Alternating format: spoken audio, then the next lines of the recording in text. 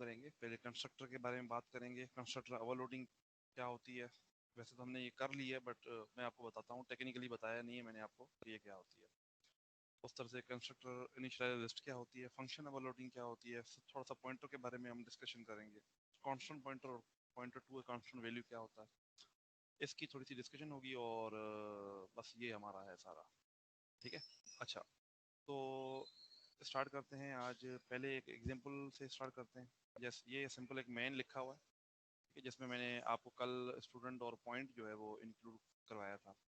अब एक क्लास हम बनाते हैं नई, उसके अंदर अगेन वो सारी कंस्ट्रक्टर वंस्ट्रक्टर सब कुछ बनाते हैं हम। ठीक है। तो आप में से कोई मुझे बता सकता है कि अगर हम कोई ऑब्जेक्ट कॉल करते हैं और हमने कोई कंस्ट्रक्टर नहीं बनाया, तो क्या कोई कंस्ट्रक्टर कॉल होगा या नहीं होगा? Default constructor call. हेलो होगा डिफॉल्ट। जी, बेहतरीन। डिफॉल्ट तो तो यहाँ होगा लेकिन कुछ शो नहीं होगा। जी वो शो नहीं होगा क्योंकि वो कंप्यूटर ने बनाया होता है। और डिफॉल्ट कंस्ट्रक्टर बनाने की वजह क्या होती है? वो इनिशियलाइज करना सो है। जीरो से इनिशियलाइज हो जाए। जी नहीं, ये गलत है। गार्बेज जैसे वैल्यूज ना है, गार्बेज वैल्यू। जंक ये वैल्यूज। गलत है। जीरो से इनिशियलाइज मतलब अगर फर्ज करें आपका एट्रीब्यूट पॉइंटर हो, तो उसको तो जीरो से इनिशियलाइज नहीं करते ना। आप जीरो ना कहें, आप कहें डिफॉल्ट वैल्यू पे इनिशियलाइज करना। डिफॉल्ट वैल्यू पे इनिशियलाइज करना। ठीक है, इसका जो सही लफ्ज होगा ना वो ये होगा। अच्छा, अब हम एक मिसाल ले रहे हैं बॉक्स क्लास का, जो मैंने आपको बिल्कुल शुरू शुरू में दिया था। ठीक है। और बॉक्स क्लास जो है वो उसमें हम क्या करते हैं, वेरिएबल लेते हैं फ्लोट लेंथ, ठीक है, और फ्लोट विड्थ, ठीक है, और फ्लोट जो है वो हाइट। ठीक है, तीन आपके पास चीज़ें हैं। और उसके बाद हमारे पास इसमें सर रिकॉर्डिंग ऑन किया ना आपने? जी जी बेटा, मैंने ऑन कर ली हुई है रिकॉर्डिंग। ठीक हो गया सर। आई होप कि मैंने कर दी हुई है, बल्कि अभी की थी आपके सामने। हाँ, चल रही है रिकॉर्डिंग। ठीक है। अच्छा, अब अगर आप यहाँ पे देखें तो आपके पास यहाँ पे बॉक्स का जो है अच्छा, एक छोटी सी इसको कंटिन्यू करने से पहले मैं एक छोटी सी आप लोगों के एक अनाउंसमेंट करना चाह रहा था, वो मैं भूल ना जाऊं। अच्छा यार, जो बच्चे अभी ज्वाइन कर रहे हैं, आज भी मैंने 2 बच्चों को ऐड किया है। जिन बच्चों ने अभी ज्वाइन किया है तो प्लीज़ अपनी पुरानी चीज़ें मेरी वेबसाइट पे पड़ी हुई हैं, वो वहाँ से करें। इवन जो लैब्स हैं, आपकी जो क्लास एक्टिविटी हैं, सब कुछ उधर पड़ा हुआ है, उसको लैब इंस्ट्रक्टर को सबमिट करवाएं। ठीक है, मैं आपको चांस दे रहा हूँ, कोशिश करें कल मैक्सिमम जो है वहाँ तक सबमिट करा दें। कल के बाद फिर सबमिशन नहीं हो पाएगी।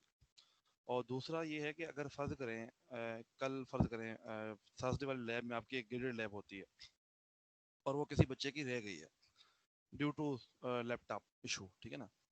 तो अगर आपको कोई ऐसा इशू है तो आपने हमें प्रेयर जो है ना वो नोटिफाई करना है, ठीक है ना। लैब गुजर जाने के बाद अगर आप कहोगे कि सर मैंने लैब जो है 2 घंटे लेट इसलिए सबमिट कराई क्योंकि मेरा जो है ना इंटरनेट ख़राब था, उसका हम कुछ नहीं कह सकेंगे। ठीक है ना। तो आपको जब भी कोई इशू हो, मेरा नंबर आपके पास पड़ा हुआ है, उसके अलावा ईमेल एड्रेस पड़ी हुई है, ठीक है ना। ठीक है ना, आप मोबाइल से जो है डेटा से कर लें, आप मैसेज कर दें। बट आपने किसी फॉर्म में इन्फॉर्म ज़रूर करना है कि मेरा ये इशू है, दैट इज़ वाई काइंडली जो है वो मुझे जो है ना वो हेल्प आउट कीजिएगा। तो उसमें मैं सर बाज़ मैंने वो नहीं, मैं आपको बताता हूँ, उसमें अ, बाज़ औक़ात मैं ये भी कर देता हूँ कि बच्चों को कहता हूँ कि ठीक है आप ये करें, आपके पास अगर लैपटॉप इंटरनेट नहीं है मिसाल के तौर पे ना, तो आप फाइल बना लें, सब कुछ बना लें उसी टाइम के अंदर अंदर, बट उसके बाद उसको बंद कर दें। और फिर मैं उस फाइल का डेट मॉडिफाइड जो होती है ना, आप किसी भी फाइल के डेट मॉडिफाई पे जाएंगे ना, तो वहाँ पे डेट मॉडिफाई और टाइम मॉडिफाई लिखा होता है। अगर वो टाइम उससे मैच नहीं करता हुआ, मिसाल के तौर पे आप एक बच्चा कहता है कि मेरे पास इंटरनेट नहीं है अभी, तो मैं आपको अभी जो है ना ग्रेडेड लैब सेंड नहीं कर सकता, तो कोई इशू नहीं है, वो ग्रेडेड लैब करके अपने पास रख ले। ठीक है, जैसे इंटरनेट आए वो मुझे अपलोड कर दे, बट उसका मैं टाइम मॉडिफाई का स्नैप उससे लूंगा, या उसके कंप्यूटर पे जाके चेक करूंगा कि उसने फाइल कब बनाई है और कब जो है ना उसने की है। तो ये जो चीज़, ऐसी कोई भी इशू आपको आता है, या लेट सपोज कोई किसी के कोई मसले हो गए हैं, ठीक है ना, कोई इशू हो गया है, किसी का लैपटॉप खराब हो गया है, फ़ौरन फ़ोन करें। But after conducting any exam और क्विज, अगर आप हमें कहेंगे कि सर हमारा ये इशू था, तो मैं कुछ भी नहीं कर सकूंगा। ना लैब इंस्ट्रक्टर कुछ करेंगे, ना मैं कुछ करूँगा। अभी हमने देखा है लैब्स जो है 3 दिन बाद भी बच्चों की सबमिशन आई हुई है, तो लैब 3 दिन बाद सबमिशन का क्या मतलब बनता है उसका, ठीक है ना।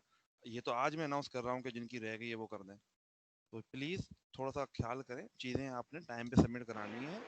अब जो ग्रेडेड लैब आपकी चेक हुई है, जो लास्ट लैब की, अब वो ग्रेडेड लैब और प्लस में फ्राइडे वाली लैब, इन दोनों के मार्क्स आपको नेक्स्ट लैब में मिल जाएंगे, ठीक है। तो अगर वो लैब आप अगले फ्राइडे को सबमिट कराएंगे तो जाहिर सी बात है हमने तो उसको चेक करके अपलोड भी कर चुके होंगे और उसको सबमिट फॉर अपलोड भी कर चुके होंगे। तो कोशिश करें कि हमारे लिए भी आसानियाँ करें और अपने लिए भी आसानियाँ करें, ठीक है। जो भी आपको इश्यूज़ हैं क्लास के दौरान नहीं, आप बाद में मुझे मैसेज करके बता दें, ईमेल कर दें, मैं आपको उसका कोई हल बता दूंगा, ठीक है। अच्छा, अगर कोई ज़्यादा क्रिटिकल है तो क्लास के दौरान मुझे कॉल कर लीजिएगा, कोई इशू नहीं है, ठीक है। अच्छा, अब हमने एक कंस्ट्रक्टर बनाया है, ठीक है, इसको हम कहते हैं डिफॉल्ट कंस्ट्रक्टर, ठीक है। ये इसको हम कहते हैं डिस्ट्रक्टर, ये इसका क्या काम है अभी इसका पता नहीं है हमें, तो इसको छोड़ देते हैं। अच्छा, और इसमें एक फंक्शन बनाते हैं एरिया का, ठीक है। अच्छा, कैलकुलेट एरिया, ठीक है। और इसका रिटर्न टाइप क्या होना चाहिए, एरिया जो है वो फ्लोट टाइप का रिटर्न होना चाहिए, ठीक है, एल एरिया। और एक हम बनाते हैं फ्लोट एल वॉल्यूम, ठीक है। चलें जी, ये 3 फंक्शन हम बनाते हैं। अच्छा, अब आपको पता है कि ये हमने डॉट एच फाइल लिखी है, इसमें हमने इंटरफेसेस लिख दिए सारे। अब हमने इसको कॉपी पेस्ट करना है, ये जो फंक्शन है उधर अवेलेबल नहीं होंगे तो पहले हमें उधर लिखने पड़ेंगे। अच्छा, अगर मैं इसको डायरेक्ट लिखना शुरू कर दूंगा तो जाहिर सी बात है ये इशू करेगा, ये अलग जो है वो समझेगा कि ये इस क्लास के फंक्शन नहीं है, बट ये इस क्लास के फंक्शन है। तो इसके लिए मैंने आपको बताया था कि ये आपको इस तरह से इसको लिखना पड़ता है। हमने इसकी इम्प्लीमेंटेशन लिखनी है। और डिफॉल्ट कंस्ट्रक्टर क्या करता है, शाबाश, मैंने आपको बताया वैल्यूज को डिफॉल्ट वैल्यू पे सेट कर सकता है। वैसे और आपकी मर्जी, आप कुछ और भी सेट करना चाहते हैं कर सकते हैं, बट मैं फिलहाल जो है ना इनको डिफॉल्ट वैल्यूज पे ही सेट करता हूँ। Length is equal to 0, height is equal to 0 और विड्थ इज इक्वल टू 0, ठीक है।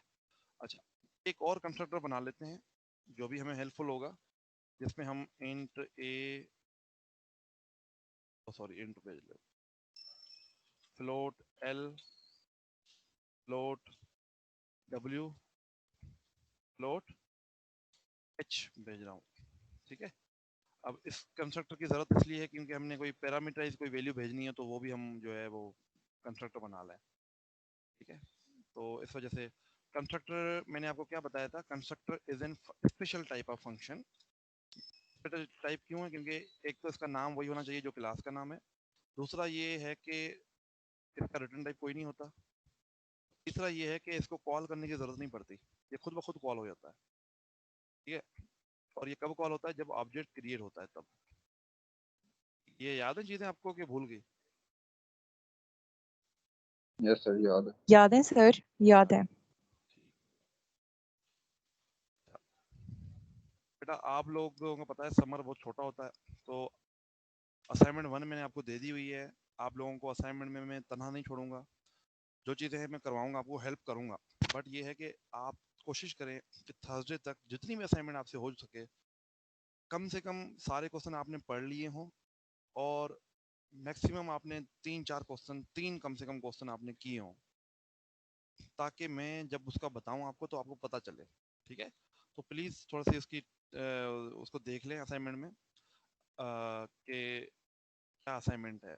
अच्छा जी, एरिया कैलकुलेट क्या करता है, शाबाश, रिटर्न करके लेंथ और विड्थ को आपस में मल्टीप्लाई कर दें,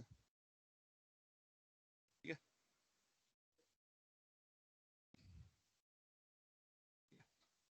ये लेंथ और विड्थ को मल्टीप्लाई करता है। और वॉल्यूम जो है कैलकुलेट करने का फंक्शन, ये क्या करता है, ये आपका तीनों चीज़ें को जो है वो इसी को कॉपी पेस्ट कर लेते हैं। तो जब भी आप जो है कोई फंक्शन बनाएं, आप कोई क्लास बनाते हैं, तो उसका डेमो देना ना लाजमी है, हर क्लास का हर फंक्शन का आपको डेमो देना लाजमी है, ठीक है ना, ये ताकि मुझे पता तो चले ना कि आपको ये यूज़ करना आता भी या नहीं आता। अभी तक हमने क्या किया है, अभी तक हमने सिर्फ लेंथ विड्थ और हाइट नाम की 3 एट्रीब्यूट लिए हैं। एक हमने डिफॉल्ट कंस्ट्रक्टर बनाया है और एक हमने पैरामीटराइज कंस्ट्रक्टर बनाया है। पैरामीटराइज क्यों कह रहे हैं? क्योंकि इसमें पैरामीटर्स हैं। सिंपल, ठीक है। और हमने डिफॉल्ट कंस्ट्रक्टर में क्या किया है, हमने इनकी वैल्यूज को डिफॉल्ट पे सेट किया है। और फ्लोट की डिफॉल्ट वैल्यू क्या होती है? 0। पैरामीटर्स के अंदर हमने इनके पैरामीटर सेट कर दिए हैं, ठीक है। और एरिया के अंदर लेंथ और विड्थ मल्टीप्लाई किए। ये सिंपल फंक्शंस हैं, ठीक है ना। अब हम सबसे पहले क्या करते हैं, यहाँ पे बनाते हैं बॉक्स B1, ठीक है, और एक बनाते हैं बॉक्स B2 और इसके अंदर भेजते हैं 23.5, 67 और 89.6। ये 3 चीजें हमने इसमें भेज दी है। अब ये एरर क्यों दे रहा है? क्योंकि हमने इसको इंक्लूड नहीं किया अभी तक। इसको इंक्लूड कर देते हैं।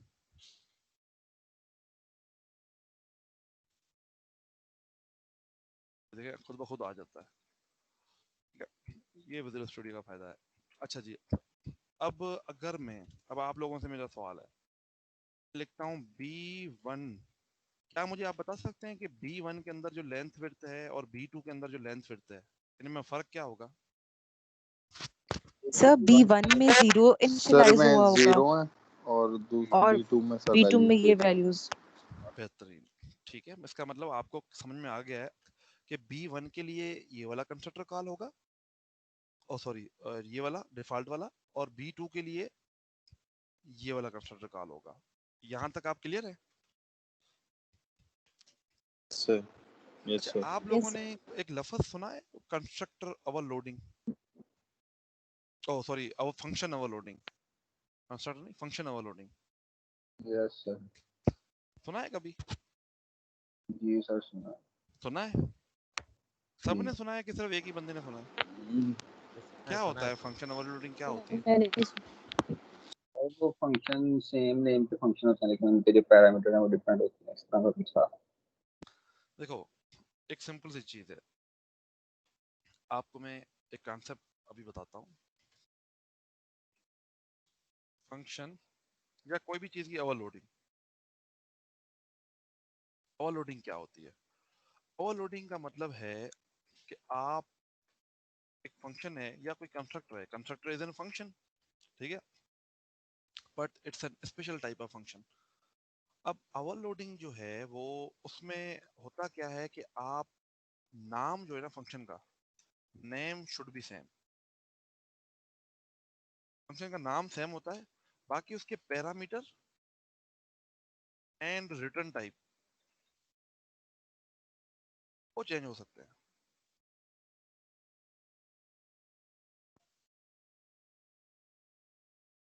क्या मतलब? मतलब ये है कि आपने फर्ज करें एक फंक्शन बनाया जिसका नाम आपने रखा है सम, और वो रिटर्न करता है इंटीजर, और वो लेता है 2 इनपुट, ठीक है। ये एक आपने फंक्शन बनाया, ठीक है। ये मैं इधर एक फंक्शन बनाता हूँ, मेन के अंदर मैं बना सकता हूँ ना फंक्शन, जैसे आपने पीएफ के अंदर बनाए हैं, ठीक है। अच्छा, इस तरह से मैं एक और फंक्शन बनाता हूँ जिसका नाम है सम, बट उसके अंदर पैरामीटर कितने हैं? 3 है, ठीक है। अच्छा, इसी तरह से मैं एक चौथा बनाता हूँ, सम। जब ये जरूरी नहीं है कि ये जो रिटर्न टाइप है ना वो चेंज हो, सेम भी हो सकती है। इंट, आप ये भी कर सकते हैं डबल, कॉमा डबल, ठीक है। अच्छा जी, अब ये 3 फंक्शन हमने बनाए हैं। अब आपको मैं दिखाता हूँ एक जादू। पहले तो इन 3 को हमें डिफाइन करना पड़ेगा, ये करते क्या है। ये ए और बी को सम करता है और रिटर्न करता है आपको ए प्लस बी, ठीक है। अच्छा, और ये क्या करता है, ये भी अगेन ए बी। देखिए ये फंक्शन मैंने किसी क्लास में नहीं लिखे, ठीक है ना, ये वैसे ही लिखे हुए हैं बाहर, रिटर्न ए प्लस बी प्लस सी। अच्छा जी, ये भी हो गया। और ये क्या करता है, ये भी अगेन वही काम करता है जो ऊपर वाला फंक्शन करता है, पर इसका टाइप डबल है।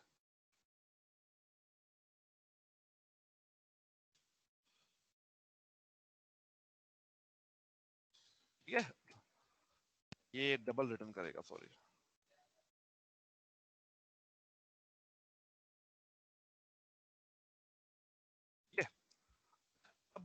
इस बॉक्स क्लास के ड्रामे को फिलहाल खत्म करते हैं। अब एक चीज देखिएगा, मैं लिखता हूं यहाँ पे सी आउट सम इक्वल टू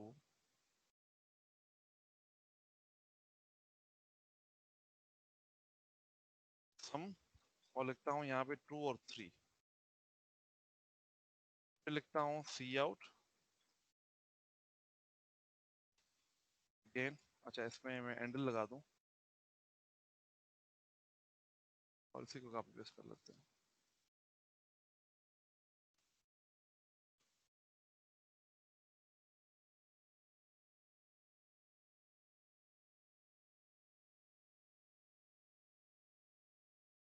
अब आप यहाँ पे एक चीज नोट करें, क्या हुआ,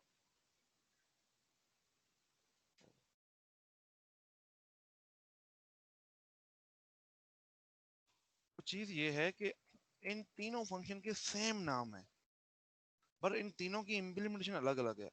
ठीक है, ये भी अलग है, ये भी अलग है, ये भी अलग है। आप इसके अलावा इन तीनों में कोई फार्मूला शार्मूला कोई अलग अलग लिख सकते हैं। ठीक है, मिसाल के तौर पे एक एरिया का फंक्शन है, वो सिलेंडर का अलग होगा, सर्किल का अलग होगा, और आपका रेक्टेंगल का अलग होगा। ठीक है, अच्छा, इसी तरह से सम जो है ना, ये फंक्शन तीनों सेम ही है, नाम सबका सेम है। इधर से हमें नहीं पता चल रहा कि ये फंक्शन में चेंजिंग है, बट ये फंक्शन पीछे से चेंजिंग है। इस कॉन्सेप्ट को हम बोलते हैं फंक्शन ओवरलोडिंग, कि हमने फंक्शन का नाम सेम है, बस को ओवरलोड कर दिया है। ओवरलोड से मुराद क्या है? अब आप मुझे बता सकते हैं कि इस फंक्शन में जब हम इसको चलाएंगे तो कौन सा वाला फंक्शन कॉल होगा? कोई बता सकता है आप में से? इसके लिए कौन सा पहला वाला? वाला पहला वाला सर, ये वाला फंक्शन कॉल होगा। अब आप पहला देखिएगा, वाला। क्योंकि मैंने इसको डीबग मोड में चलाया हुआ है, तो एक मिनट मैं आपको डीबग करके दिखाता हूँ कि हम सच बोल रहे हैं या झूठ बोल रहे हैं। डोंट बिलीव ऑन मी, मैं झूठ भी बोल सकता हूँ, तो आप चीजों को वेरीफाई कीजिएगा हमेशा। एक मिनट, अच्छा जी, अब हम चलते हैं इस पे। अब ये देखें, मैंने जैसे ही स्टेप इनटू किया है तो ये पहले वाले फंक्शन पे आ गया। ठीक है, अब पहले वाला फंक्शन हमने चला लिया, अब हम चलते हैं दूसरे वाले पे। अब इधर कौन सा वाला कॉल होगा? शाबाश शाबाश, कौन सा वाला कॉल होगा? पहले वाला कॉल होगा, दूसरे वाला, या तीसरे वाला? सेकंड वाला सेकंड वाला। सर। सेकंड वाला क्यों कॉल होगा? शाबाश, फर्स्ट वाला ही कॉल होगा सर, फर्स्ट फर्स्ट वाला वाला। ही कॉल होगा, सर बेहतरीन। सॉरी थर्ड वाला डबल वाला कॉल होगा इसमें। देखे ना, अब डबल एक ने वाला फर्स्ट कह दिया, दूसरे ने सेकंड कह दिया, तीसरे ने थर्ड कह दिया, कोई ना कोई तो सही होगा। अब मुझे वजह बताएं, फर्स्ट वाले की वजह क्या सर है? ये जो सर क्योंकि सर ये जो दो ही फ्लोट है है ये इसमें, उसको भी पॉइंट इंटीजर ही तो है कंसिडर करेगा। फ्लोट को भी इंटीजर कंसीडर लिखिए करेगा? वैल्यूज पॉइंट में। कंसीडर। यस सर, क्योंकि उसको डबल और का सर तो पता है। वैल्यूज दो दी हैं हमने क्योंकि। उसको डबल का पता ही नहीं है। अच्छा, ये तो यार ये तो आज तीसरा फंक्शन कॉल करने लग गया, ये क्या हुआ? देखें, अब मेरी बात सुनो, यहाँ पे हमने लिखा है 2.3 और 3.6, इसके पैरामीटर कौन से हो गए? फ्लोट या डबल टाइप के। अब इनमें से कौन सा फंक्शन है जो फ्लोट या डबल टाइप का है? जाहिर सी बात है ये तो है नहीं। ये देख रहे, जिसने मुझे कहा है कि सर ये फंक्शन कॉल होगा, वो तो बिल्कुल ही गलत कह रहा है। क्यों गलत कह रहा है? कि भाई इसमें 3 पैरामीटर होंगे, ये फंक्शन तब कॉल होगा जब सम के अंदर 3 पैरामीटर जाएंगे। तो इनमें से कौन सा फंक्शन है? ये वाला फंक्शन है जिसमें 3 पैरामीटर जा रहे हैं, इसमें तो जा ही 2 रहे हैं। अच्छा, अब एक बंदा कह रहा था कि सर ये इंटीजर और इंटीजर करेगा, ये भी गलत है, क्योंकि ये इंटीजर वैल्यू नहीं है, ये भी इंटीजर वैल्यू नहीं है। हाँ, अगर ये ऐसा ना होता फिर तो कोई अलग चीज है। अगर फर्ज करें हम इसको खत्म कर देते हैं, वो देखते हैं अभी। फिलहाल हम डबल जो है ना, क्योंकि ये डबल मौजूद है इधर, तो ये सीधा इस फंक्शन पे जाएगा, और ये गया भी इसी पे ही है, डबल वाले पे ही गया हुआ। ठीक है, इसको कहते हैं फंक्शन ओवरलोडिंग। अब हमने सारे फंक्शन, जो भी पॉसिबल फंक्शन है ना, वो सारे लिख दिए हैं। ठीक है, आप कभी कोई लाइब्रेरी अगर आप यूज करेंगे ना, तो आप वहां पे डिफरेंट फंक्शन होंगे ना, उसमें कहा गया होगा कि 3 पैरामीटर भेजें, आपने भेज दिए 2 पैरामीटर, तो फिर भी वो चल जाएगा। अगर 1 पैरामीटर भेजो फिर भी वो चल जाएगा। आप परेशान होंगे कि यार ये कैसे, वो कर तो रिक्वायर 3 पैरामीटर है, एक पे कैसे? असल में पीछे वो जो है ना, फंक्शन ओवरलोड हुआ होता है, उसको पता है कि इस बंदे ने पंगे लेने हैं, वो एक इनपुट भी दे सकता है, 2 भी दे सकता है, 3 भी दे सकता है, 4 भी दे सकता है। ठीक है, इसलिए हम उसको कह रहे थे कि हम फंक्शन ओवरलोड कर रहे हैं। तो ये फंक्शन हमने पीछे क्या किया हुआ है, ओवरलोड कर दिया हुआ है। ठीक है, तो इस वजह से ये डबल पे जा रहा है। अच्छा, अब फर्ज करें जो आप लोग अभी बात कर रहे थे, अगर मिसाल के तौर पे मैं इस फंक्शन को खत्म कर देता हूँ, मैं ये वाला फंक्शन ही खत्म कर देता हूँ, अब आप में से कोई मुझे बताएगा कि अब जो है सेकंड वाला जो है वो उसके लिए कौन सा वाला कॉल होगा फंक्शन? पहला फर्स्ट वाला सर, फर्स्ट वाला। फर्स्ट फर्स्ट वाला वाला कॉल सर। होगा। फर्स्ट वाला कॉल होगा, जी लेकिन सर। पॉइंट से पहले जो है वो अब उसको प्रिंट क्योंकि कर देगा। ये देखिएगा कि यार कोई डबल वाला फंक्शन बना हुआ है, वो कहेगा नहीं बना ही नहीं हुआ, तो ये इसको कन्वर्ट कर देगा। ये वैसे गलत है, कन्वर्ट नहीं करना चाहिए, क्योंकि ये हमारी वैल्यू लॉस हो गई है। फर्ज करें हम एक बहुत सेंसिटिव डेटा पे काम कर रहे हैं जिसमें पॉइंट की जो बड़ी इंपॉर्टेंस है, तो ये हमारा डेटा लॉस हो जाएगा, क्योंकि ये इंटीजर में जाएगा ना, ये 2 इधर सेव होगा और इधर 3 सेव होगा, और ये जवाब आएगा 6, हालांकि इसका जवाब आना चाहिए 6.9। ठीक है, तो खैर ये कॉल करेगा इस वाले फंक्शन को। ठीक है, अगर हम 4 पैरामीटर भेजेंगे तो क्या होगा? जी, 4 पैरामीटर भेजेंगे तो क्या होगा? ये चलेगा ही नहीं, ये आपको एरर देगा कि भाई 4 पैरामीटर वाला आपने फंक्शन बनाया ही नहीं है। ठीक है, आप समझ रहे हैं? Yes sir. Yes sir. ठीक है, ये क्लियर हुआ। अब जैसे ये फंक्शन के अंदर ओवरलोडिंग होती है ना, वैसे कंस्ट्रक्टर के अंदर भी ओवरलोडिंग होती है। ये जो हमने किया है, ये क्या, ये ओवरलोडिंग ही तो की है कि हम चाहें तो ये वाला कंस्ट्रक्टर कॉल कर लें, हम चाहें तो ये वाला कंस्ट्रक्टर कॉल कर लें। अच्छा, बाज़ वक़्त हम ये भी करते होते हैं कि यार ये 3 पैरामीटर है ना, हम इसमें सिर्फ एक पैरामीटर भेजते हैं। ठीक है, और ये पैरामीटर तरतीब क्या है, पहले लेंथ, फिर विड्थ, फिर हाइट। हम क्या करते हैं, एक और कंस्ट्रक्टर बनाते हैं। ठीक है, और इसमें सिर्फ और सिर्फ हम क्या करते हैं, एक पैरामीटर भेजते हैं, बाकियों को हम क्या सेट करेंगे, ऑटोमेटिकली 0। या ये भी कर सकते हैं कि बाकियों को जो है ना हम उसी के बराबर सेट करते हैं, तीनों बराबर ही सेट कर दें। ठीक है, अब ये कंस्ट्रक्टर क्योंकि हमने डिफाइन नहीं किया, तो सबसे पहले इसको डिफाइन करना पड़ेगा इधर। अब ये क्या है, ये आपका एक और ओवरलोडेड कंस्ट्रक्टर आ गया कि अगर यहाँ पे मैंने एक ऑब्जेक्ट बनाया है, मिसाल के तौर पे यहाँ पे मैं कोई ऑब्जेक्ट बना रहा हूँ, बॉक्स B1, जिसके अंदर मैं एक पैरामीटर भेजता हूँ, तो भी हमारे लिए अब एक ये कंस्ट्रक्टर मौजूद है। अगर ये मैं ना लिखता ना, और मैं इधर डायरेक्ट ये लिखता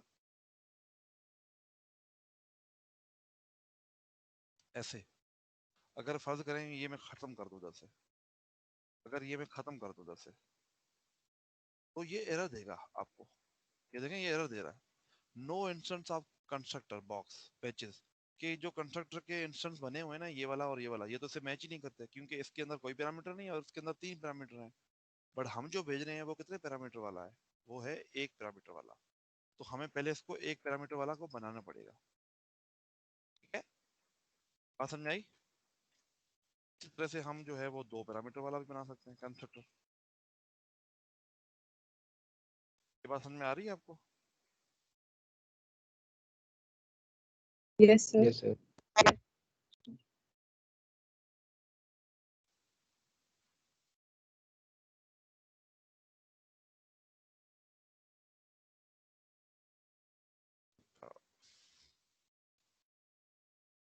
अब इसमें इसको लेंथ और इसको विड्थ और इसको 0 सेट कर देते हैं, मर्जी है हमारी जो सेट करें, और इसको 0 सेट कर देते हैं। ठीक है, ऑटोमेटिकली। तो अब हमारे पास कितने कंस्ट्रक्टर हो गए, 1 2 3 4।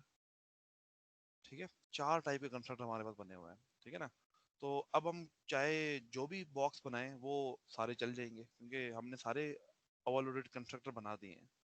ठीक है, इसको कहते हैं कंस्ट्रक्टर ओवरलोडिंग। क्या कहते हैं, कंस्ट्रक्टर ओवरलोडिंग। ठीक है ना, तो आज हमने ये टॉपिक भी देखना था, तो ये हमने कर लिया। वैसे कंस्ट्रक्टर ओवरलोडिंग में इतना कोई खास मतलब जो है ना वो चीज नहीं है कोई। यहाँ तक सबको क्लियर है? और अगर जी मैं सर। इसके थ्रू अगर एरिया कैलकुलेट करूँ, सी आउट को जो है ना B1 dot area calculate area लिखूं, अब देखेंगे वो भी आ जाएगा। एरिया भी कैलकुलेट हो जाएगा इसका। Excuse me, sir. जी जी बताएं।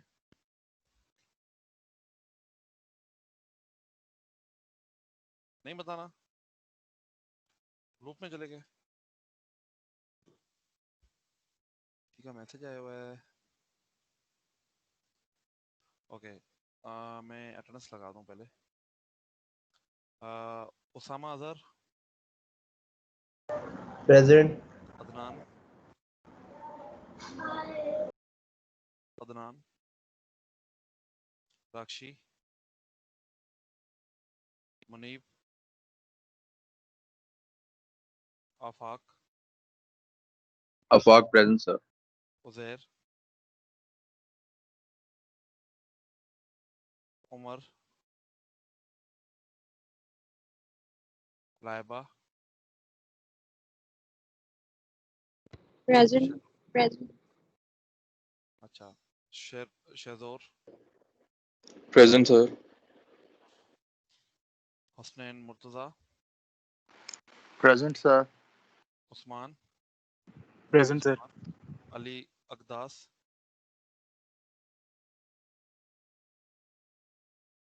Zainab, Present, sir. मिशा, Present, sir. Huzaifa, Present, sir. Wasif, Yes, sir, present. Waqas, अमार, Present, sir. Tahir, Masood, Sir, Vikas present. जी, Tahir Masood, Sir, Vikas present. अमार, अमार है, Present. ताहिर मसूद,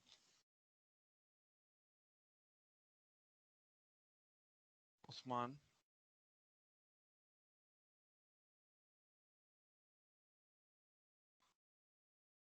सैयद शाबी,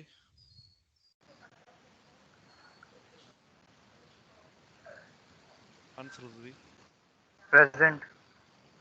हाफिज Turab, Present, sir. Haseeb, Present, sir. Mateen, Hadi, Present, sir. Present. Zahid, Present, sir. Chavez.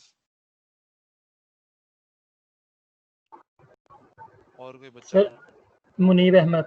Sir Muhammad Umar Sohail 0201 present. Munib Ahmad 02 Sir 01 और कोई बच्चा? 0201 present. ठीक है, और कोई बच्चा? Sir, Amar Ahmed 0131. हाँ हाँ प्रेजेंट हो। और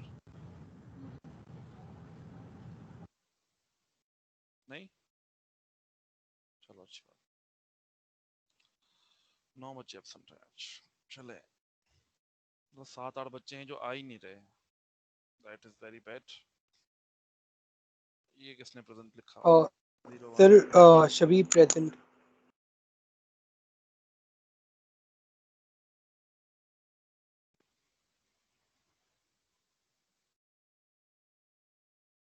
शबी प्रेजेंट, ठीक हो गया। अच्छा 7 बच्चे एब्सेंट हैं, ठीक है, चलें। अच्छा जी, तो यहाँ तक आप लोगों को चीज़ें क्लियर हो गई हैं, आप कह रहे हैं। अच्छा, अब हमारे पास जो अगला टॉपिक था, मेरे ख्याल में उससे पहले कोई चीज़ रह तो नहीं गई। ठीक है, अच्छा एक होता है इस, जो हमने ये कंस्ट्रक्टर ओवरलोड किए हैं ना, एक इसका अल्टरनेटिव भी है कि हम सिर्फ एक कंस्ट्रक्टर बनाएं और ये सारे कंस्ट्रक्टर अपने आप बन जाएंगे। उसको हम कहते हैं कंस्ट्रक्टर विद इनिशियलाइजर लिस्ट। क्या मतलब, मैं आपको बताता हूँ। बॉक्स, अब ये कंस्ट्रक्टर जो आपने लिखा है ना, इसी को लिख लें,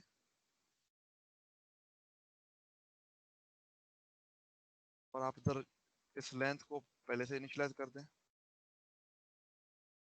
length is equal to 0, width is equal to 0 और हाइट इज इक्वल टू 0, ठीक है। और इसको खत्म कर दें आप। बाकी जितने भी कंस्ट्रक्टर है ना सबको खत्म कर दें, तो ये एक ही कंस्ट्रक्टर रखें।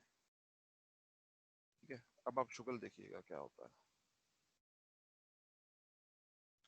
ये सारे कंस्ट्रक्टर फारिग कर दें आप, ये भी फारिग करवाएं। ठीक हो गया, सही है, ये भी ठीक है। हमने किया क्या है, हमने यहाँ पे डिफॉल्ट वैल्यूज दे दी हुई हैं। ठीक है, कि अगर तो इधर कोई पैरामीटर यूजर भेजता है फिर तो आप सेट करो, क्या मतलब मैं अभी समझाता हूँ आपको। ठीक है, अब फर्ज करें हमने यहाँ पे लिखा 10, 10, बल्कि हमने कुछ भी नहीं लिखा। ठीक है, तो उस केस में एरिया क्या आना चाहिए आपके ख्याल में? सारी वैल्यू 0 होंगी। क्यों? क्योंकि ये लेंथ, विड्थ और हाइट की वैल्यू हमने इधर क्या बाय डिफॉल्ट सेट की हुई है कि लेंथ की वैल्यू 0 हो, विड्थ की वैल्यू 0 हो और हाइट की वैल्यू भी 0 हो। तो ऑटोमेटिकली इन सब के अंदर, लेंथ के अंदर, विड्थ के अंदर, हाइट के अंदर 0 0 आ जाएगा। ठीक है, अब मैं अगर इसको चलाता हूँ ना तो आप देखिएगा एरिया का जो जवाब है ना वो 0 आएगा, एरिया 0 आ गया। ठीक है, अच्छा शुगल, और एक और शुगल दिखाता हूँ आपको। अब फर्ज करें मैंने इसमें एक पैरामीटर भेज दिया जिसको मैंने कहा ये 20 है। ठीक है, 2 पैरामीटर भेजने पड़ेंगे 10, क्योंकि एक पे तो फिर भी 0 आएगा, एरिया तो 0 ही आएगा। अच्छा, अब यहाँ पे आप देखें क्या जवाब आया, 200। हालांकि आपके पास यहाँ पे कोई कंस्ट्रक्टर ऐसा बना हुआ है जिसके अंदर 2 पैरामीटर हैं? कोई कंस्ट्रक्टर नहीं, कंस्ट्रक्टर सिर्फ हमने एक ही बनाया है। तो आप में से कोई मुझे बता सकता है कि ये कैसे काम कर रहा है? हालांकि हमारे हमारे पास 2 जो है कंस्ट्रक्टर होने चाहिए थे, एक 2 पैरामीटर वाला और एक खाली। तो ये कैसे काम कर रहा है, कोई बता सर ये सकता है? तीसरे को 0 कर देता। जी, ये क्या करेगा, जो वैल्यू हमने इधर से भेजी है ना वो इसमें आ जाएंगी, मतलब 20 इसमें आ जाएगा और 10 इसमें आ जाएगा। अब क्योंकि तीसरा पैरामीटर हमने भेजा ही नहीं है तो वो बाय डिफॉल्ट क्या है, 0 है। तो जब ये इसको असाइन करेगा ना, लेंथ को 20, ये 10 और ये वैल्यू 0 असाइन हो जाएगी, क्योंकि हाइट के अंदर 0 आ रहा है बाय डिफॉल्ट। तो इसको हम कहते हैं constructor with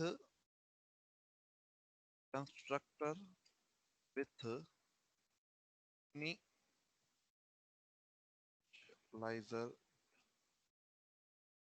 list. Constructor with initialiser list, हम उसको पहले से ही इनिशियलाइज, अच्छा इवन अगर आप इसको किसी और वैल्यू से इनिशियलाइज करना चाहते हैं वो भी कर सकते हैं। मिसाल के तौर पे मैं अभी इसको इनिशियलाइज ऐसे किया है और इधर मैं क्या करता हूँ, कोई कंस्ट्रक्टर कॉल नहीं करता, डिफॉल्ट कंस्ट्रक्टर कॉल होगा।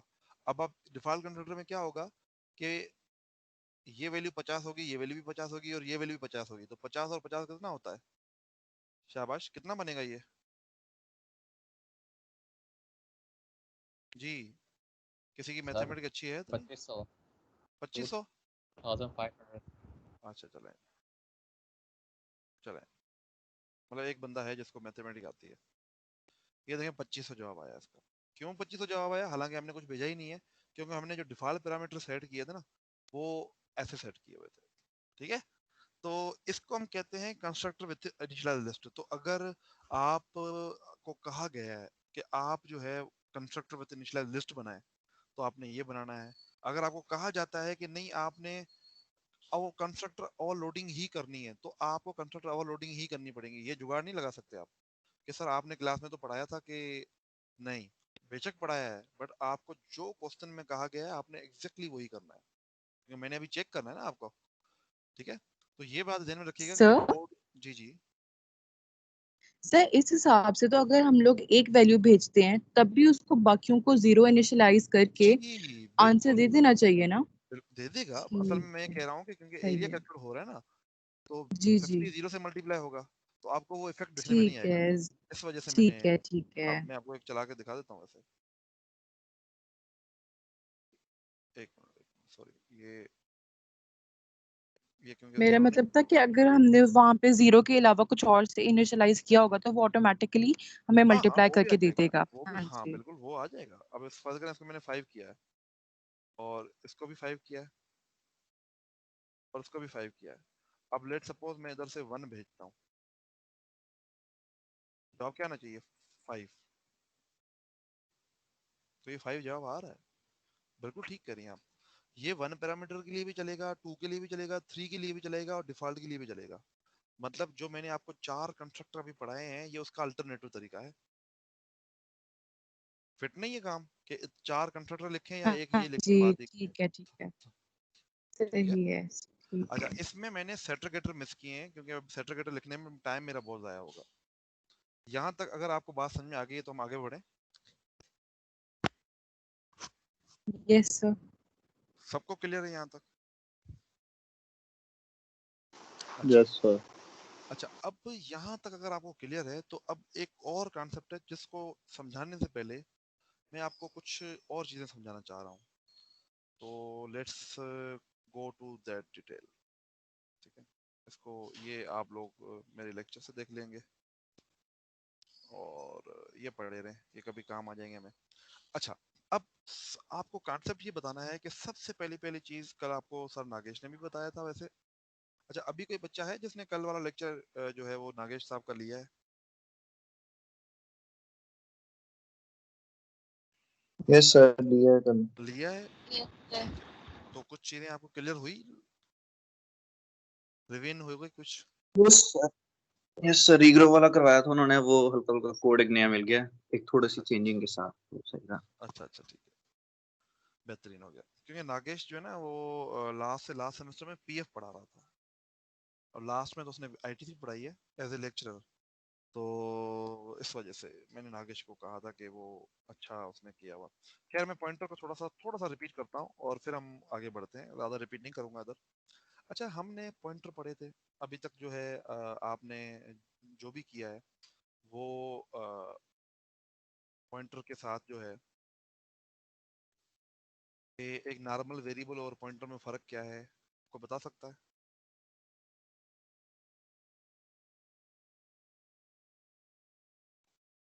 सर पॉइंटर पॉइंटर तो एक वेरिएबल अरे, तो एक्चुअली पॉइंटर अरे, हाँ जी, जो अरे होती है वो पॉइंटर, हम एक्चुअली में पॉइंटर होता है जो हम हम अरे यूज बता कर रहे रहे होते हैं हैं। कि उसकी एप्लीकेशन, मैं तो आपसे सवाल ये नहीं पूछ रहा, मेरा सवाल आप कह रहे हैं मैं आपसे पूछूं कि स्टूडेंट क्या होता है, आप कहें सर वो जो मेरे मोहल्ले में नहीं जो बच्चा जा रहा होता है वो स्टूडेंट होता है।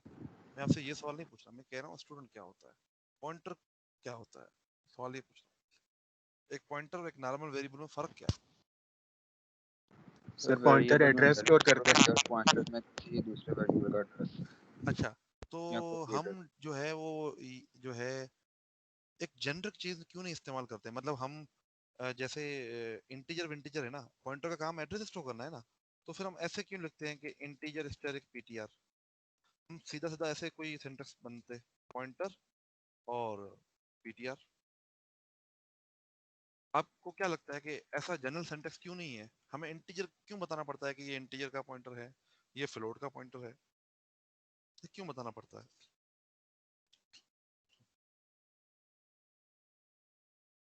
सवाल समझ में आया मेरा?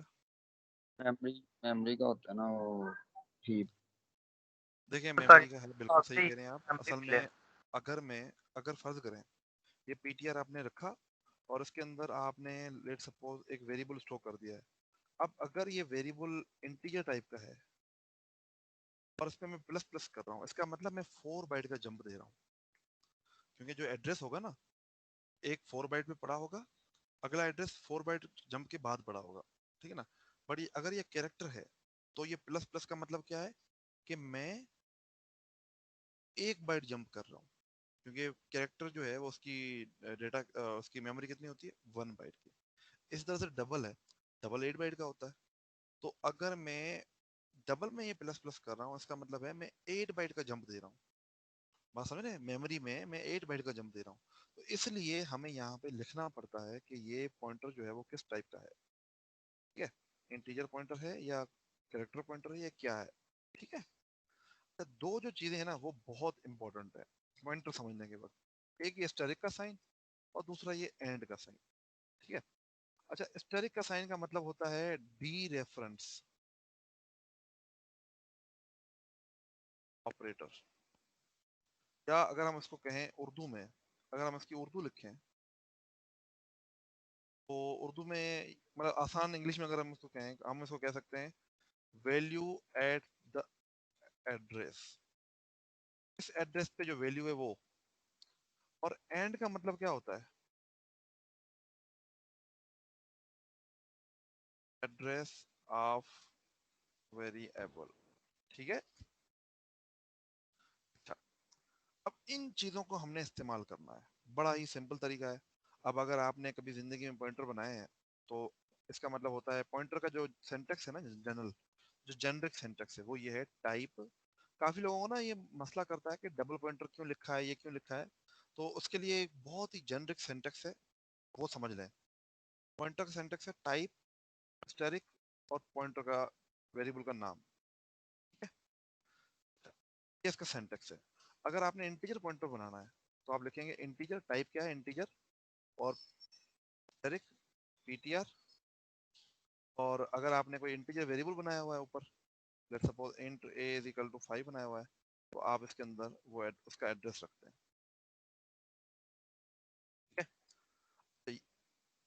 जब आप पॉइंटर बना रहे होते हैं ना, उस वक्त स्टैटिक का मतलब ये नहीं होता। उस वक्त स्टैटिक का मतलब होता है कि जैसे अरे है ना, आप जब अरे में पहली दफा लिखते हो अरे ऑफ 5, और फिर अगर कोई जो है यूज करते हो अरे को, तो उनमें फर्क होता है। जो नॉर्मल यूज करते हैं अरे के अंदर हम इंडेक्स, उसको इंडेक्स कहते हैं, और जब पहले हमने इनिशियलाइज करने के वक्त 5 लिखा है, इसका मतलब है उसकी साइज है, ठीक है। तो ये फर्क है। इसी तरह से ये पॉइंटर जो आप डिक्लेयर करते हो ना, उस वक्त स्टैटिक देते हैं, उसका मतलब है कि ये वेरिएबल है ना, ये एक पॉइंटर है, ठीक है। अच्छा, यहाँ तक क्लियर है। अब अगर फर्ज करें आपको इस पॉइंटर के एड्रेस को अगर स्टोर करना है, इस पॉइंटर के एड्रेस को अगर स्टोर करना है, तो आपको पता है कि मुझे अगेन क्या चाहिए, मुझे अगेन पॉइंटर चाहिए। अब वो टाइप क्या होगा? देखो टाइप जो होता है ना, ये वेरिएबल से पीछे जितनी भी चीजें होती है ना, उसको टाइप कहते हैं। तो आपको इस पॉइंटर को सेव करने के लिए किस टाइप का पॉइंटर बनाना पड़ेगा? वो आपको बनाना पड़ेगा इस टाइप का पॉइंटर। तो पॉइंटर बनाने का सिंटेक्स क्या होता है? टाइप, इसका टाइप क्या है? Integer pointer. फिर क्या आता है? कायदे का स्टैटिक, कायदे का स्टैटिक दे दें। फिर क्या आता है? पॉइंटर का नाम ptr2 is equal to and ptr। जिन लोगों को समझ में नहीं आता था कि ये डबल स्टैटिक हम क्यों लगा रहे हैं, अब उनको समझ में आ जाना चाहिए। अब फर्ज करें मैं ptr2 को स्टोर करना चाहता हूँ, तो सिंटेक्स क्या है? सिंटेक्स ये है कि पहले टाइप, तो टाइप क्या है इसकी? Double static. तो इंट डबल स्टैटिक हो गई इसकी टाइप, और एक स्टैटिक आता है कायदे का, और ptr3 is equal to and ptr2, ठीक है। तो ये आपके पास पॉइंटर का कॉन्सेप्ट है कि हम उसके पीछे स्टैटिक क्यों लगाते हैं, ये क्यों लगाते हैं, वो क्यों लगाते हैं। अच्छा, अब सर अगर एक मैं चीज समझ नहीं आई। जी जी सर जिस तरह आपने बताया कि जब हम लोग अरे सेव करते थे तो पहले हम उसको उसका साइज बताते थे, यहाँ पे जब हम लोग पॉइंटर डिक्लेयर करें तो हम लोगों ने उसको एड्रेस ऑफ ए कहा है, उसको साइज तो नहीं पता होगा इस तरह। हाँ, अब मैं आपको बताता हूँ। असल में अरे का लिंक है ही नहीं पॉइंटर से, कैसे बताता हूँ। अब जब मैं इधर आपसे बात जब कर रहा हूँ कि ये ptr है, तो असल में है क्या? असल में कहानी ये है कि ये लिखा आपने ptr, ठीक है। होता ये है कि इसका सबसे पहले पहले एक डब्बा बनता है, ठीक है। अब लेट सपोज वो डब्बा जो है वो मुझे यहाँ से मिलेगा, शेप ये पड़ी हुई है, ये डब्बा है।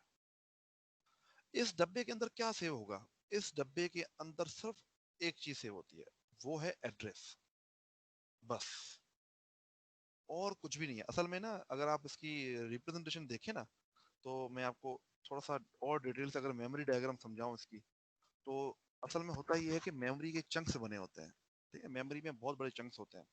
असल में ये डब्बा मेमोरी के अंदर ही होता है, बट ये फिलहाल एक्सेल शीट को मैं फिलहाल जो है ना वो सब्र करता हूँ, फिर मैं आपको उधर से भी बताता हूँ।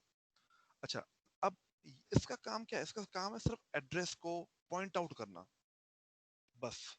पॉइंट आउट करने से मुराद है कि वो वैल्यू इधर स्टोर कर देगा। हालांकि ये खुद भी एक मेमोरी है, तो इसका भी एक एड्रेस होगा। लेट सपोज वो एड्रेस है 0x22, ठीक है। अच्छा, अब फर्ज करें एक वेरिएबल आपने बनाया हुआ है जिसका नाम आपने रखा हुआ है a, ठीक है। अब अगर मैं इस पॉइंटर को यूज करना चाहता हूं, इसका मतलब क्या है कि मैं इस पॉइंटर इसको पॉइंट करूंगा, इसको पॉइंट करने से मुराद क्या है कि हमने इसका एड्रेस इसमें स्टोर कर दिया। ये जो लाइन हमने लिखी है ना, एंड ए का मतलब क्या है कि भाई ये जो पीटीआर है ना, इसके अंदर हमने इसकी वैल्यू रख दी है। असल में होता क्या है, अगर फर्ज करें इसका एड्रेस है 0x11, तो ये असल में इसके अंदर हमने सेव किया होगा 0x11, ठीक है, और इसके अंदर लेट्स सपोज 5 पड़ा हुआ है, ठीक है। अब जब हम लिखते हैं let's suppose C out,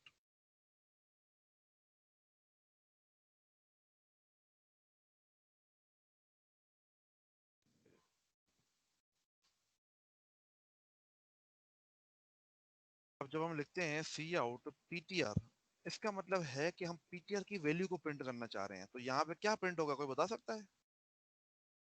sir address print होगा। एड्रेस नहीं, क्या एड्रेस प्रिंट प्रिंट होगा? ये पॉलिटिकल जवाब नहीं, एग्जैक्ट जवाब चाहिए मुझे। क्या ये आपके सामने है ना, एड्रेस बताए ना, क्या क्या प्रिंट होगा? 0x11 0x11 0x11, जो इसके अंदर वैल्यू है ना, वो वैल्यू क्या है? वो ए का एड्रेस है। अच्छा, अगर मैंने इसके आगे एंड लगा दिया, इस एंड ऑपरेटर का मैंने आपको मतलब क्या बताया था? एंड का मतलब है एड्रेस ऑफ वेरिएबल। इस पॉइंटर का इस वेरिएबल का एड्रेस क्या है? क्या है इस वेरिएबल का एड्रेस? 0x22 0x22, 0x22 ठीक है। अच्छा, अगर मैंने इसके आगे स्टेरिक लगा दिया, इसका मतलब क्या होता है? इस value at value at the address, इस एड्रेस पे। अब पीटीआर क्या है? पीटीआर असल में एक एड्रेस है, ये एड्रेस है। इस एड्रेस पे वैल्यू क्या पड़ी हुई है? 5, ठीक है। बात समझ में आ रही है? अच्छा, अगर मैंने फर्ज करें इधर एक और स्टेरिक लगा दिया, अब क्या होगा? स्टेप बाय स्टेप सॉल्व करते हैं। पहले ये हल होगा, इसका मतलब हुआ कि इस एड्रेस पे वैल्यू वो 5 पड़ी हुई है। अच्छा, ये सॉल्व होगा, इसका जवाब आएगा 5। क्या 5 जो है, अच्छा, फिर स्टैक लगा हुआ है स्टेरिक 5, स्टेरिक 5 मतलब क्या? इस एड्रेस पे वैल्यू, क्या 5 एक एड्रेस है? नहीं, 5 एक एड्रेस नहीं है। तो ये आपको एरर दे देगा कि ये पॉसिबल ही नहीं है। ये बात समझ में आई? यस सर अच्छा, अगर मैं यहाँ पे लिखता हूँ, अब क्या होगा, कोई बता सकता है ये कैसे सॉल्व होगा? इसको स्टेप बाय स्टेप सॉल्व करते हैं। पहले एंड पीटीआर का मतलब क्या होगा? 0x22, तो यहाँ पे जो है क्या आ जाएगा? 0x22, ठीक है। अच्छा, ये पहला स्टेरिक हल होगा। पहला स्टेरिक का मतलब क्या है कि इस एड्रेस पे वैल्यू, तो भाई इस एड्रेस पे वैल्यू क्या पड़ी हुई है? ये वाली पड़ी हुई है, और वो वैल्यू क्या है? 0x11, ठीक है। फिर स्टेरिक लगा हुआ है, इसका मतलब है इस एड्रेस पे वैल्यू, इस एड्रेस पे वैल्यू क्या पड़ी हुई है? ये 5 पड़ी हुई है। ऑटोमेटिकली ये क्या प्रिंट कर देगा? 5। ये बिल्कुल ठीक है। अब आपने ये एंड और स्टेरिक से इस तरह से खेलना है, ठीक है, खुद से, और सोचना है कि क्या ये पॉसिबल है या नहीं है, ठीक है। बस आपको अगर कोई कहे ना यार ये चीज पॉसिबल है या नहीं है, कोई मसला नहीं, आप उसको स्टेप बाय स्टेप सॉल्व करें। अगर वो सॉल्व हो जाता है तो ठीक है, जैसे पहले केस में हमारे सॉल्व नहीं हुआ था तो ठीक नहीं है, ठीक है। अच्छा, अब आपने मुझे कहा कि सर अरे बनाते हैं। असल में अरे क्या है आपको मैं बताता हूँ। आप यहाँ पे लिखते हैं, अच्छा, अरे का जो सेंटेक्स है ना वो ये है, type asterisk ptr is equal to new, फिर टाइप और जो भी साइज आपने देनी है वो, ये इसका जनरल सेंटेक्स है। ये सेंटेक्स बड़े अच्छे हैं, आपको हमेशा याद रखने चाहिए इसको। अच्छा, ये सेंटेक्स का मतलब क्या है? अगर मैं इसको थोड़ा सा रिमूव कर दूं,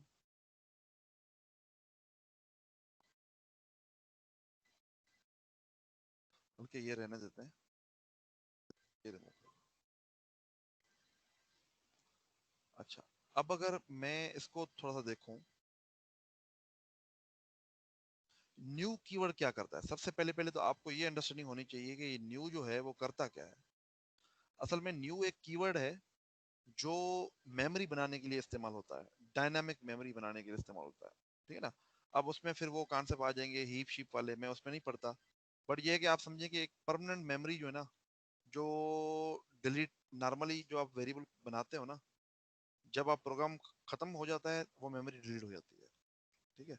बट ये मेमोरी हमें डिलीट खुद से करवानी पड़ती है, ये डिलीट नहीं होती, ये परमानेंट पड़ी होती है, इसको डिलीट हमें खुद से करवाना होता है। अच्छा, अब होता ये है कि एक मिनट, इसको भी डिलीट करते हैं। अब असल में होता ये है कि जब हम लिखते हैं int, let's suppose int static, हमने इंटीजर टाइप की एरे बनानी है, तो टाइप क्या है हमने इंटीजर, उसके बाद कायदे का स्टैटिक, फिर ptr इक्वल टू न्यू, किस टाइप की बनानी है इंटीजर टाइप की, कितने साइज की बनानी है लेट्स सपोज 5 साइज की बनानी है। तो होगा क्या, यहाँ पे सबसे पहले 5 डब्बे क्रिएट हो जाएंगे ऑटोमेटिकली।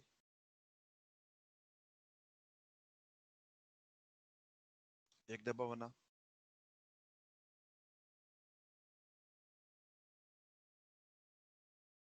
इसी को कॉपी पेस्ट कर लेते हैं,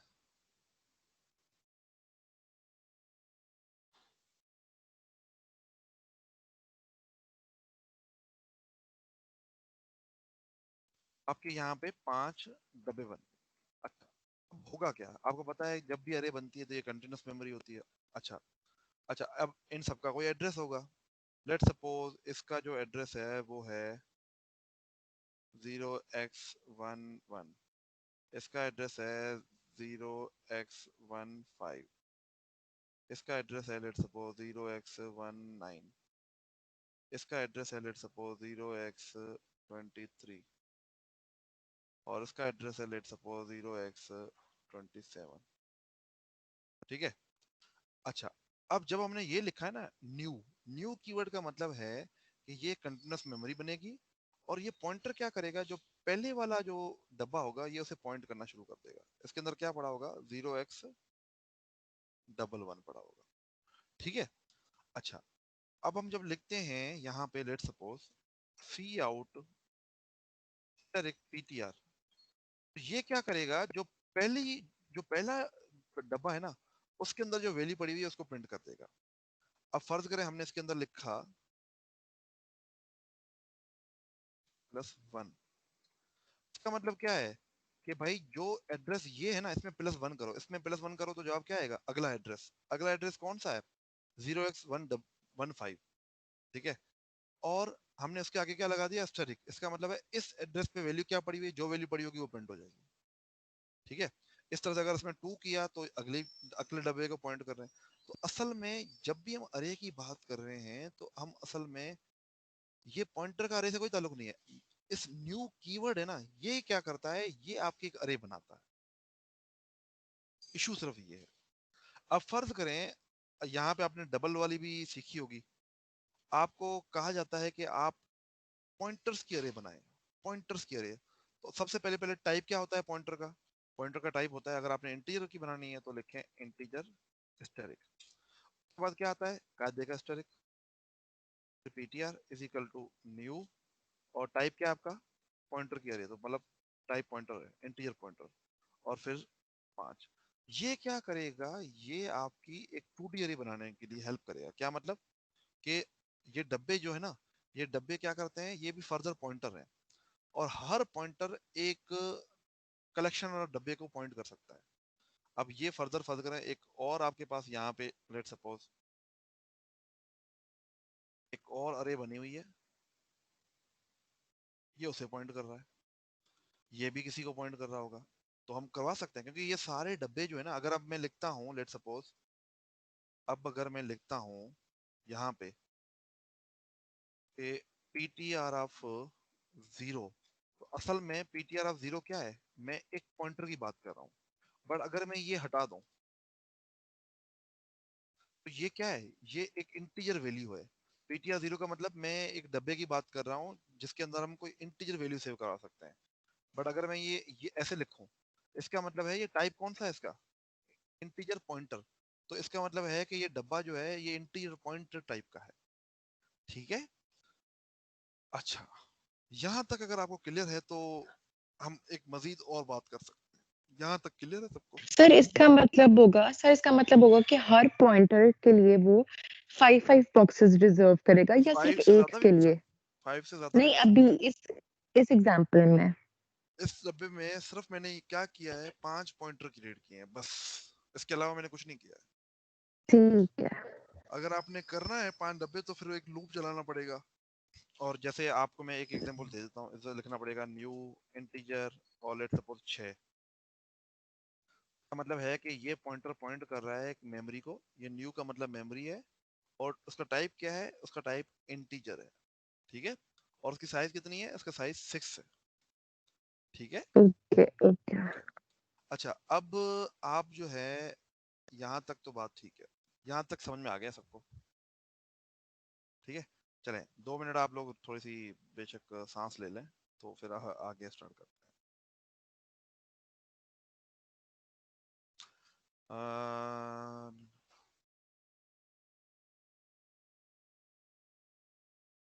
यार ये शाबी जो है वो अभी बैठा हुआ है, प्लीज अपनी CP1 जो है ना वो सबमिट करा देना यार, क्लास पार्टिसिपेशन सबमिट करा देना।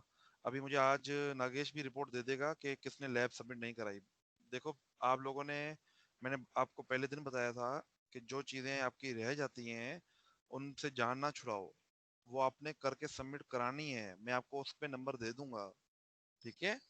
तो कोशिश करें, अब जो अगली लैब होगी उसमें आपको नागेश ग्रेडेड टास्क दे देगा, तो अगर आपके 70% नहीं बनते तो आप उस टास्क को सही करके हमें जमा करवाइएगा, हम आपको 70% नंबर दे देंगे, ठीक है। अगर आपका पहले ही परफेक्ट है तो फिर तो आपको पूरे नंबर मिलेंगे, बट 70% का मैंने आपसे वायदा किया हुआ है जी। सर CP1 टीम्स पे ही सबमिट करवा दूं? बेटा टीम्स पे सबमिशन आपकी नहीं होगी, आप मुझे मैसेज कर दीजिएगा टीम्स ठीक पे, है सर। ठीक है। ये जो ठीक है। CP होती है ना, ये मेरे दिल के बड़ी करीब होती है। जब मैं ग्रेड बनाता हूँ ना तो मैं इधर बड़ा देखता होता हूँ कि यार अच्छा ये बच्चा है, ये बड़ा नालायक है, इसने तो कुछ कोई सबमिशन नहीं कराई, चलें इसको साइड में करें, इसका ग्रेड जो बनता है बनना है। अच्छा ये बच्चा, यार ये बच्चा जो है वो बड़ा, इसने बड़ी सबमिशन कराई हुई है, चलो यार इसका ग्रेड अप कर देते हैं। तो ये अब देख लें, मैं अब बता रहा हूँ आपको, लीक कर रहा हूँ बात कि मैं ग्रेड कैसे लगाता हूँ। तो कोशिश करें कि इन CPs को सबमिशन करवाएं। अच्छा, अब मैं आपको एक चीज बताने लगा हूँ, आपने कभी बात सुनी है कांस्टेंट पॉइंटर या pointer to a constant value? किसी को पता है पॉइंटर? Yes, अच्छा, sir. जो अभी मैं पढ़ाऊंगा ना वो उसका लिंक यहाँ पे है, ये मैंने एक लिंक रखा हुआ है, ये एक बुक है, असल में ये वेबसाइट ही है असल में, पर ये बहुत ही जो है वो समझे कि एक बहुत ही एक जबरदस्त किस्म की वेबसाइट है, मतलब मुझे तो बहुत अच्छी लगी है, ठीक है। अच्छा, आपने कांस्टेंट कीवर्ड पढ़ा है सबने? कोई बच्चा ऐसा है जिस जो कहता है सर मैंने कांस्टेंट कीवर्ड कभी जिंदगी में नहीं पढ़ा? कॉन्स्ट पढ़ा कीवर्ड हुआ है। पढ़ा हुआ, चलो तो आए पहले हम उसको थोड़ा कांस्टेंट को देखते हैं, फिर कोई और बात करते हैं। अच्छा, यहाँ पे मैं लिखता हूँ int a is equal to 6 और लेट सपोज एक अच्छा मैं अगर यहाँ पे लिखता हूँ कांस्टेंट, क्या होगा इसका मतलब? सर क्या एक है, इसकी वैल्यू चेंज नहीं हो सकती सर। नहीं क्या मतलब, अब इस क्या ये सही लिखा हुआ है? सही लिखा हुआ है यार। मेरा सवाल ये है कि इससे फर्क क्या पड़ेगा, अगर मैं अंदर कांस्टेंट लिखा है तो फर्क क्या पड़ेगा? सर अगर सर आप इसकी एक ही वैल्यू वैल्यू करेंगे तो एरर देगा। जी, अगर मैंने इसकी वैल्यू को चेंज किया, बिल्कुल सही कह रहे हैं, एक दफा इनिशियलाइज करने के बाद अगर मैंने इसकी वैल्यू को लेट सपोज यहाँ पे लिखा 7, तो ये आपको एरर दे देगा, ये फौरन एरर दे रहा है, क्या expression must be modified L value. अब ये आपको मॉडिफाई करना ही नहीं देगा, क्योंकि A is an constant value. Constant का मतलब है कि अब हम A लिखें या 6 लिखें बात एक ही है, ठीक है। कांस्टेंट क्या कर देता है, किसी भी चीज को हमेशा फिक्स कर देता है। हम कह सकते हैं कि ये वेरिएबल जो है ना रीड ओनली वेरिएबल है। एक वेरिएबल होता है रीड एंड राइट, जिसमें हम रीड से मुराद है कि हम उसको प्रिंट या इस्तेमाल भी कर सकते हैं, और राइट का मतलब है हम उसमें कोई न्यू वैल्यू भी रख सकते हैं। जो अभी तक आपने वेरिएबल पढ़े ना वो रीड एंड राइट बोथ हैं, बट हमारे वेरिएबल जो है ना वो सिर्फ रीड ओनली भी हो सकते हैं। अब ये वैल्यू जो है ना ये सिर्फ रीड ओनली है, मतलब हम इस वेरिएबल को यूज कर सकते हैं बट इसकी वैल्यू को चेंज नहीं कर सकते, ठीक है। अच्छा, अब आपको मैं एक और चीज दिखाता हूँ, integer pointer ptr is equal to and a। इसका क्या मतलब हुआ कि कोई मसला नहीं है कि पीटीआर जो है वो एक वैल्यू प्रिंट करेगा। क्या प्रिंट होगा शाबाश इसमें? ये हमें क्या प्रिंट करके देगा शाबाश? 6 बेहतरीन। 6 क्या हमें 6 प्रिंट आएगा। इसमें तो मतलब वो कोई दो राय नहीं है, 6 दे रहा है, ठीक है। अच्छा, अब अगर मैं इसको लिखता हूं यहाँ पे कॉन्स्ट, ये क्या करेगा? अभी भी ये 6 ही प्रिंट करेगा। अच्छा, तो इधर इस कांस्टेंट का फर्क क्या होगा? कोई बता सकता है कि इधर हमने कांस्टेंट अगर लिखा है तो इससे क्या फर्क पड़ेगा? सर हम इसकी अगली वैल्यू पे नहीं जा सकते, मतलब पॉइंटर क्या नहीं को कर सकते? एड्रेस, पॉइंटर का एड्रेस नहीं चेंज कर सकते। आपकी यार आवाज मुझे कम आ रही है, फिर से अगर बता सकें तो। सर मैं कह रहा हूँ एड्रेस नहीं चेंज कर सकेंगे हम इसका, मतलब फॉर एग्जांपल अगर हम कहते हैं कि इससे अगले पॉइंट पे कौन सी वैल्यू पड़ी हुई है, इसके अगले एड्रेस पे अगर एक प्लस करे इसके आइटरेशन को, तो वो नहीं होगा, ये कांस्टेंट होगा। अच्छा, इसका मतलब ये होता है, आप ये कहना चाह रहे हैं कि ये इसमें मैं ऐसे +1 नहीं कर सकता। ये पहली तो बात ये कि हम इसमें +1 करेंगे क्यों? ये तो एक पॉइंटर है ना, ये तो सिर्फ एक मेमोरी को पॉइंट कर रहा है। इसको चलाऊं मैं? ये तो चल गया यार, गार्बेज दिखा रहा है। तो मतलब तुम्हारी वाली बात तो ठीक नहीं है। कोई और बंदा? उस एड्रेस पे हम यानी कि कोई वैल्यू नहीं स्टोर कर सकते एक के अलावा, यानी कि पॉइंट नहीं। अच्छा अच्छा अच्छा, असल में इसे हम बोलते हैं pointer to a constant value. अब असल में होता ये है कि हालांकि ए जो है ना वो एक कांस्टेंट वैल्यू नहीं है, बट जब हमने ये लिख दिया ना कांस्टेंट, इसका मतलब है कि पॉइंटर अज्यूम करेगा कि ये जो मेमोरी लोकेशन है, जो ए वाली लोकेशन है, अगर मैं आपको इधर दिखा सकूं, अब पॉइंटर क्या समझेगा? पॉइंटर समझेगा कि ये जो लोकेशन है ए वाली, ये जो है ना ये फिक्स्ड है। हालांकि ये फिक्स्ड नहीं है, ठीक है, बट क्योंकि हमने इधर कांस्टेंट लिख दिया है, तो ये इस मेमोरी को, मतलब इस पॉइंटर के थ्रू जो एक्सेस है ना वो रीड ओनली एक्सेस है। रीड ओनली एक्सेस का मतलब है कि इस पॉइंटर के थ्रू हम इस मेमोरी में चेंज नहीं कर सकते। क्यों नहीं चेंज कर सकते? इसलिए नहीं कर सकते क्योंकि हमने कहा है कि तू पॉइंट कर एक मेमोरी को जो क्या है, कांस्टेंट इंटीजर टाइप की है। हालांकि ये कांस्टेंट इंटीजर टाइप की है नहीं, ठीक है, बट हमने इसको रिस्ट्रिक्ट किया हुआ है। क्यों रिस्ट्रिक्ट किया हुआ है? हम चाह रहे हैं कि इस पॉइंटर के थ्रू इसकी वैल्यू चेंज ना हो। क्या कहना चाह रहा हूँ, मतलब कि नॉर्मली अगर मैं इसको ऐसे ना लिखूं तो हम ऐसे कर सकते होते थे, ptr इज इक्वल जी टू सर, 7, समय लग गई सर। ठीक है, नॉर्मली हम इसको ऐसे कर सकते थे, ठीक है। अब अगर मैं ptr प्रिंट करूं या a प्रिंट करूं, तो आपको पता है इसकी वैल्यू जो है ना वो चेंज हो जाती है, क्योंकि मैंने उस मेमोरी एड्रेस पे जाके 7 रख दिया है। बट अगर मैंने इसको लिख दिया कांस्टेंट, अब ये मैं नहीं कर सकता। अब मैं इसकी मेमोरी को चेंज नहीं कर, अब मैं असल में क्या कर रहा हूँ, मैं ptr इज इक्वल टू 7 लिख रहा हूँ, मतलब उस मेमोरी पे जाके, इस मेमोरी पे जाके मैं इधर 7 कर रहा हूँ। ये 7 करने देगा ही नहीं। क्यों नहीं करने देगा? क्योंकि मैंने इसके पीछे लगाया हुआ है कांस्टेंट। तो इसको हम बोलते हैं pointer to a constant value, ठीक है। पॉइंटर एक कांस्टेंट वैल्यू को पॉइंट कर रहा है। वो समझ रहा है कि ये मेमोरी जो है ये रीड ओनली मेमोरी है, हालांकि पीछे जो भी हो, बट इसे सिर्फ ये पता है। जैसे आप लोग हमेशा सोचते होते हैं कि यूनिवर्सिटी वाले आपके ग्रेड में मैनिपुलेशन करते हैं ताकि आपकी स्कॉलरशिप ना मिले। ये सब स्टूडेंट सोचते हैं ना। पीछे कहानी क्या है? Nobody nose. जब मैं भी पढ़ता था तो मुझे भी लगता था कि यूनिवर्सिटी शायद ऐसा करती होती है, बट फिर जब ऐसी बात है, बंदा टीचिंग में आता है, फैकल्टी में आता है, तो पता चलता है कि अच्छा ये कहानी क्या है पीछे, इसके पीछे कहानी क्या है। तो कहने का मतलब ये है कि ये भी, इधर भी यही सीन है कि आपको लग रहा है कि ये पॉइंटर जो है ये इस मेमोरी को पॉइंट कर रहा है, बट हमने क्योंकि ये इसको फोर्सफुली कहा है कि नहीं, तुम जिस मेमोरी को पॉइंट कर रहे हो वो कांस्टेंट टाइप की ही है। तो अब हम इसमें इस पॉइंटर के थ्रू, हाँ, हालांकि हम अगर ए में चेंजिंग करना चाहें, ए में अगर 8 लिखना चाहें तो वो हम कर सकते हैं, वो हमारी मर्जी है, ठीक है। बट समझें कि इस मेमोरी के पास जाने के हमारे पास दो तरीके हैं। एक तो ए के थ्रू जा सकते हैं, एक पॉइंटर के थ्रू जा सकते हैं। पॉइंटर के थ्रू जाने वाला रास्ता है ना, वो हमने बंद कर दिया है। देखें, आप जब इस लेवल पे जाके सोचेंगे ना, जिस तरह से मैं आपको समझा रहा हूँ, तब आपको पॉइंटर या ये चीजें क्लियर होंगी। बट अगर आप अपने दिमाग से जो चीजें जहन में आ रही हैं वो समझेंगे कि पॉइंटर का मतलब स्टैटिक होता है और उसमें एड्रेस होता है, रट्टा लगाया हुआ है जो तकरीबन स्टूडेंट ने। जब भी मैं कहता हूँ कि स्टैटिक का मतलब क्या है, अच्छा सर इसका मतलब ये है, अच्छा ये एंड है इसका मतलब ये है, तो ऐसे नहीं होता। अगर मैं एक के आगे भी स्टैटिक लगा देता हूँ ना, वो कहेंगे सर अच्छा इसका जो मतलब है कि ये 5 पिंड होगा। 5 क्यों पिंड होगा? स्टैटिक का मतलब होता है कि इस एड्रेस पे वैल्यू, ए कोई एड्रेस है नहीं, तो ये एरर है, गलत है ये। इस चीजों को थोड़ा सा आपको समझना पड़ेगा। यहाँ तक क्लियर है आपको बात?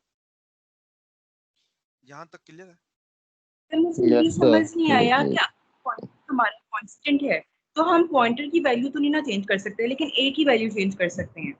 जी जी बिल्कुल। तो बस यही होगा ना?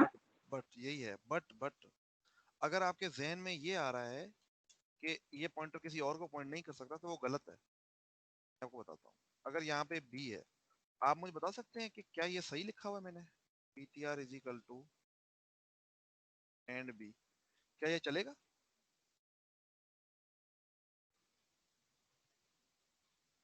क्या ये चलेगा? कोड सर है चलेगा। तो वो एक कांस्टेंट, तो फिर हम उसको किस तरह चेंज कर सकते हैं? वही वही मैं आपको बता रहा हूँ। देखें, अब ये बड़ी ही इंपॉर्टेंट डिस्कशन है, इसलिए मैंने ये आपको जो है वो इस पे लेक्चर थोड़ा सा लगाया है। असल में आप अगर देखें यहाँ पे, ये मैंने क्या किया है, मैंने इस पॉइंटर को कहा हुआ है कि तू जिस मेमोरी को पॉइंट करेगा वो कांस्टेंट है, ठीक है? बट पॉइंटर खुद की मेमोरी जो है ना वो कांस्टेंट नहीं है। इसका क्या मतलब हुआ कि हम इस मेमोरी को चेंज कर सकते हैं, बिल्कुल कर सकते हैं। ये जो है अब किसी और को भी पॉइंट कर सकता है। ये जो है ना बी को पॉइंट कर सकता है। लेट सपोज हमने एक बी टाइप का वेरिएबल बना लिया है यहाँ पे, ठीक है? हम इसका नाम रखते हैं बी। अब ये जो है पॉइंटर जो आपका, ये इसको पॉइंट कर सकता है, बिल्कुल कर सकता है। बट अगेन ये इस मेमोरी की वैल्यू इसके थ्रू चेंज नहीं हो सकती। मतलब अब क्या नहीं हो सकता, ptr ptr is equal to 9 नहीं हो सकता। अगेन वही वाला काम जो पहले हमने किया। इस कांस्टेंट का मतलब सिर्फ ये है कि पॉइंटर कांस्टेंट नहीं है। देखो ना, मैंने ये नहीं लिखा कि पॉइंटर कांस्टेंट है, pointer to a constant value, कि ये पॉइंटर है एक कांस्टेंट वैल्यू का। क्या मतलब कि जिस मेमोरी को ये पॉइंट करेगा उसको ये चेंज नहीं कर सकता। अपनी मेमोरी चेंज हो सकती है इसकी, बट जिसको ये पॉइंट कर रहा है वो इसके थ्रू चेंज नहीं हो सकती। अच्छा, इसका अल्टरनेटिव एक और है। अगर आप ये इधर लिखते हैं, अब थोड़ी सी मतलब इसके थ्रू चेंज नहीं हो सकता, लेकिन वैसे चेंज हो सकता है। ए की वैल्यू हम चेंज कर सकते हैं, लेकिन पॉइंटर के थ्रू नहीं कर सकते। जी, अब मैंने एक और शुगल पैदा कर दिया। मैंने कांस्टेंट को रख के इधर रख दिया है।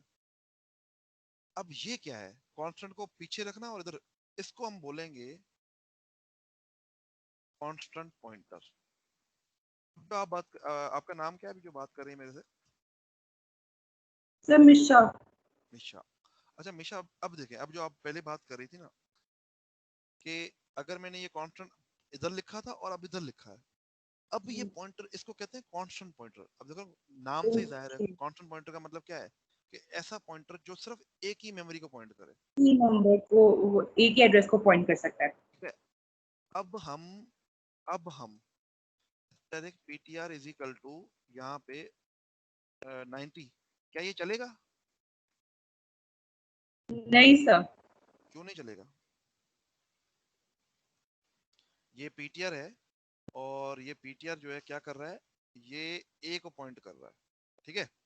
अच्छा, अब कांस्टेंट इसमें क्या है, ये मेमोरी कांस्टेंट है। ये कांस्टेंट इधर लगा दिया ना, इसका मतलब है कि अब ये मेमोरी कांस्टेंट हो गई है। ये पॉइंटर क्या है, फिक्स्ड है।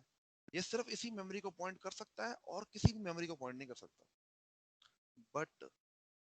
बट क्या ये pointer to a constant value है? नहीं।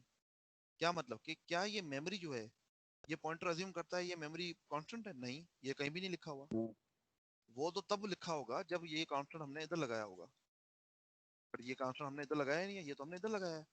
ये सिर्फ इस पॉइंटर को कांस्टेंट करेगा। क्या मतलब, अब अगर मैं ये चलाऊंगा ना, ये चल जाएगा, ये इसकी वैल्यू को खत्म करके 90 रख ओके देगा। सर, ओके बात ओके। समझ में आ रही है? क्यों? मतलब वैल्यू तो चेंज हो सकती है उस एड्रेस की, क्योंकि वो एड्रेस कांस्टेंट है, उस एड्रेस की जगह थोड़ी कांस्टेंट है। बिल्कुल। अब अगर इसमें क्या नहीं हो सकता, वो ये नहीं हो सकता कि अगर मैं इसको अब बी की तरफ पॉइंट करवाऊं तो वो ये एरर देगा। वो कहेगा यस कि यार मैं अब बी की तरफ पॉइंट नहीं कर सकता, ठीक है? वो कहेगा भाई नहीं, ये तो पॉसिबल ही नहीं है, मैं एक कांस्टेंट पॉइंटर हूँ। देखें, अब ये चीजों को थोड़ा समझने की ट्राई करें।